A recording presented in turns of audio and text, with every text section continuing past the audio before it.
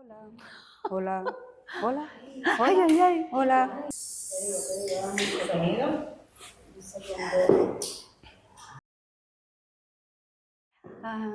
El otro día te he escuchado o te he leído en algún sitio que decías que la música cura.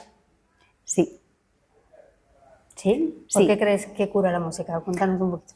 Bueno, en mi caso, lo que digo directamente es que a mí la música me ha salvado la vida.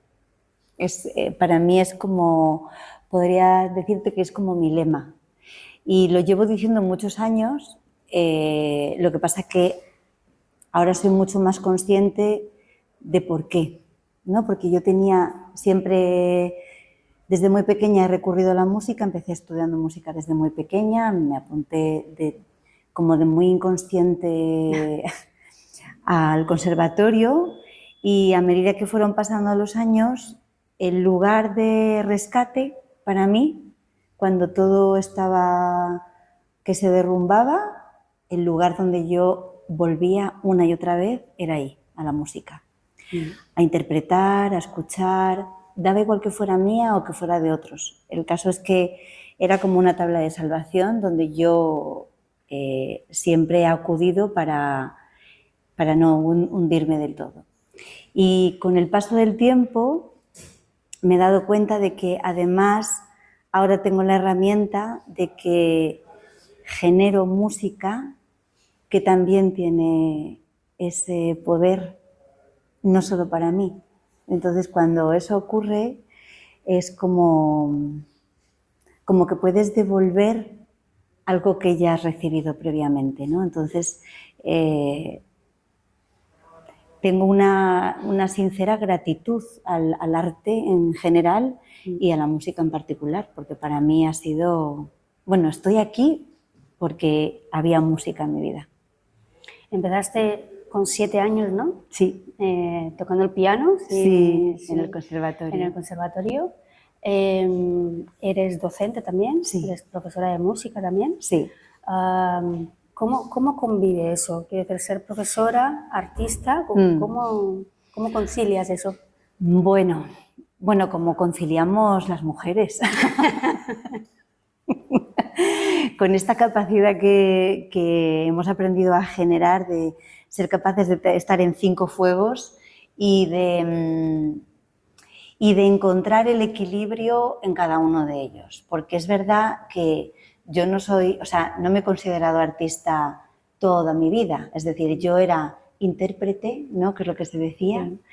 Y entonces, si eres intérprete, no estás en el banquillo de los artistas.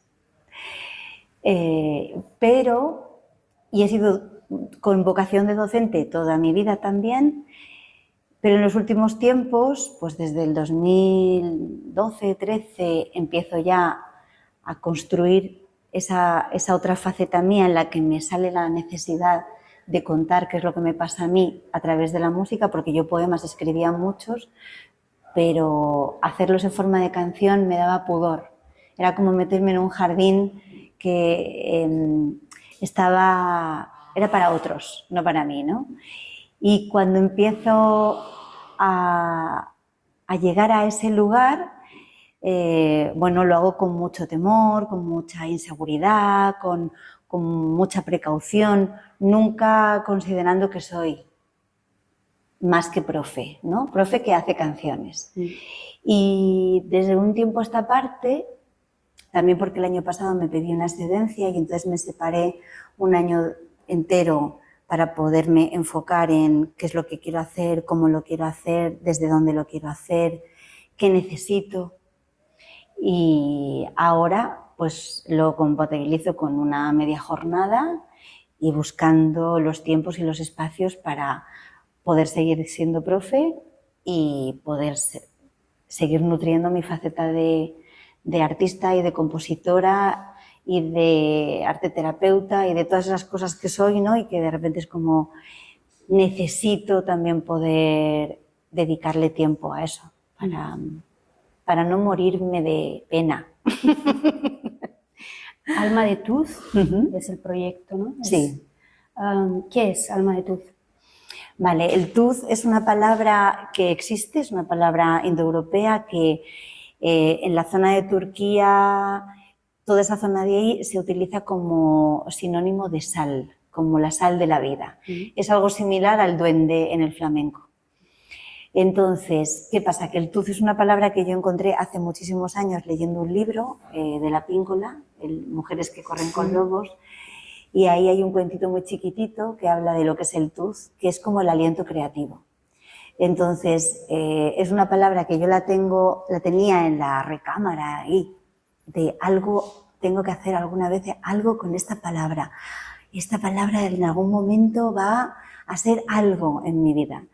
Y cuando dejé el proyecto de Magara, que era mi proyecto anterior, y tuve ahí una crisis brutal, tenía que encontrar algo que fuera profundamente mío y que en lo que yo me sintiera profundamente yo y que tuviera tanto de mí como, bueno, pues entonces busqué y busqué y busqué y de repente en uno de mis cuadernos, miles de las cosas que tengo escritas, apareció, ¿no? De algo tengo que hacer alguna vez con esta palabra. Y la rescaté. Claro. La verdad que a mí me evocas, ¿no? Me evocas tranquilidad, pero sobre todo me evocas un sentimiento de una mujer generosa musicalmente, ¿no? O sea, me parece que eso es un poco lo que me transmite tu música. Tú tienes la sensación, tú antes me decías, ¿no? Que a ti te ha sanado y ahora tú tienes la sensación de que hay otras personas a las que tú le estás ayudando con la música que tú haces. Sí, porque es lo que se me devuelve, es decir, que hay veces que hay gente que me escribe diciéndome que han utilizado la canción para parir. Wow. O que han utilizado una canción para, en un momento vital de su vida que les ha ayudado a, ¿no? Como a mí me han ayudado otras canciones, que has escuchado canciones que de repente hay algo dentro que te transforma, o que te agarra, o que te sostiene y de repente dices, wow, por ahí es, ¿no? Entonces como... y entonces cuando me llegan o cuando doy un concierto y de repente se me acerca alguien y me dice, esta canción me ha hecho tanto bien, ¿no? Es como, es una sensación que además no lo hago, o sea, no compongo canciones pensando, voy a hacer una canción sanadora, porque eso sería como un poco gilipollas, ¿no? No, pero es que es verdad que cuando hago la canción, o sea, cuando vienen, porque no las busco, aparecen, ¿no? Es porque está pasando porque a mí me está haciendo bien lo que estoy contando. Entonces, el disco que sacaré en un futuro, tengo claro que se llama Canto para mí, porque es que yo canto para mí. Entonces, creo que en el momento en el que pierda esa conexión de que si dejo de cantar para mí, ya no tendrá sentido, si lo estoy haciendo para otros, ¿no? Un poco como lo que estaba comentando Dada. Si lo hago para otros, ya no funciona, ya no es auténtico, ya no me sana a mí y por lo tanto no va a llegar, ¿no? Se va a quedar en una cosa un poco superficial. Me ha gustado mucho, he dicho que las canciones vienen. Sí. ¿Cómo es tu proceso creativo? A ver, el proceso creativo es como si tú, no sé, imagínate, estás cocinando, ¿no? Y de repente es como que algo viene aquí y te dice, hazme caso. Y entonces aparece una frase o una melodía y en ese momento o lo paras todo o se va. Y entonces, cuando eso pasa y no puedo parar, me ha pasado en el coche. Pongo el móvil, pongo la grabadora y bla, bla, bla, bla, bla, bla, bla. Y entonces lo que va saliendo, que a veces es tarareo o simple ideas o palabras que se van encadenando, y eso lo dejo ahí. Y entonces de repente y es como una cosa que está aquí, tú, hazme caso, hazme caso. Y cuando puedo ya reposarlo y escucharlo, a veces digo, ¿esto de dónde viene? O sea, si yo lo busco, no aparece.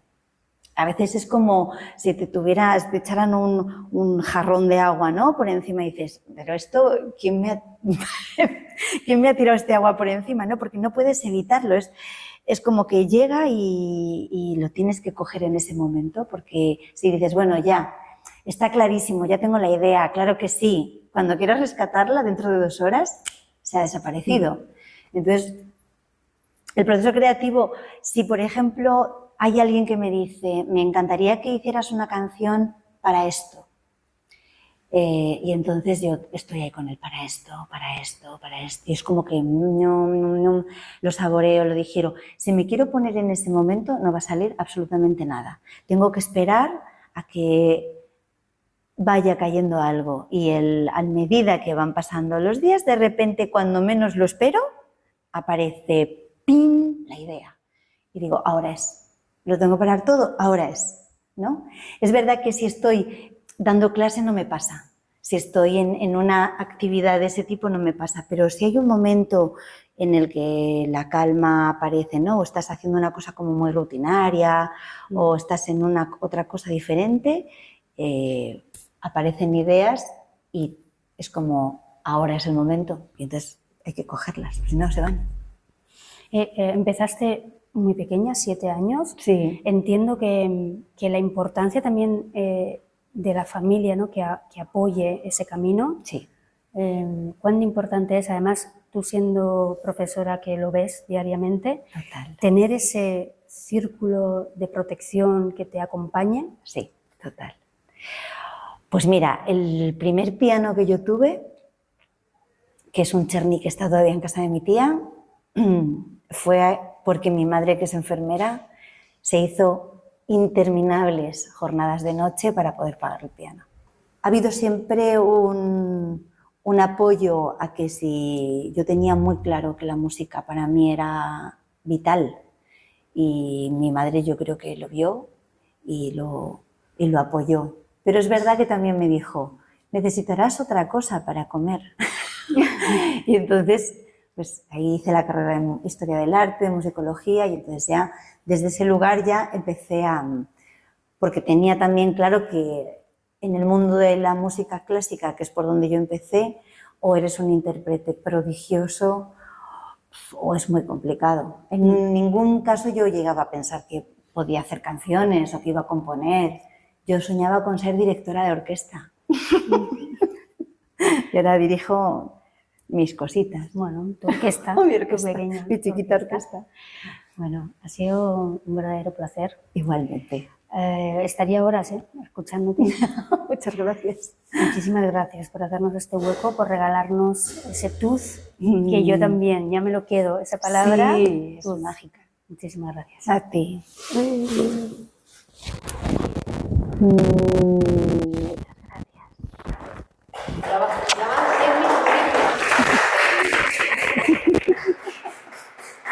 Y esas madres. Esas madres. Esas madres. Uf. Bien. ¡Qué guay!